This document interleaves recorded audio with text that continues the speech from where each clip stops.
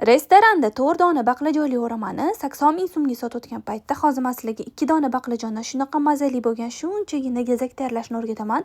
Souslarni hamma sirlari bilan o'rganib olsanglar, xuddi shunaqa chiqadi ko'chanikidagi. Baqlajonni 2 xil shaklda to'g'rab oldim. Dumaloqni, postini artib, yapaloqni esa xuddi shunaqa poster bilan qoldirdim.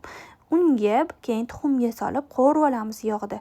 Qovurib olgan baqlajonlarimizni alohida idishga solib qo'yamiz. Kalle xvilli siridan shunaqa mazali bo'lgan sous tayyorlaymiz. Kalle xvilli siri juda ham mazali chiqadi. Tahirlari yo'q, umuman menga juda ham yoqadi. Ko'kat, ozgina murch, qizil paprika va xohishga ko'ra chesnok solib, yaxshilab aralashtirib olasizlar. Juda ham mazali chiqadi shu sousda qilsanglar. Pomidor va ko'katlarni ham solib, xuddi shu ko'rinishda o'rab olasizlar. Dumalog'iga esa sousni solib, pomidorni qo'yamiz va bodringni pomidorni mayda to'g'rab, shunaqa ustiga qo'yib qo'ysanglar, juda ham ajoyib va mazali bo'lgan gazak tayyor bo'ladi. Albatta tayyorlab ko'ring.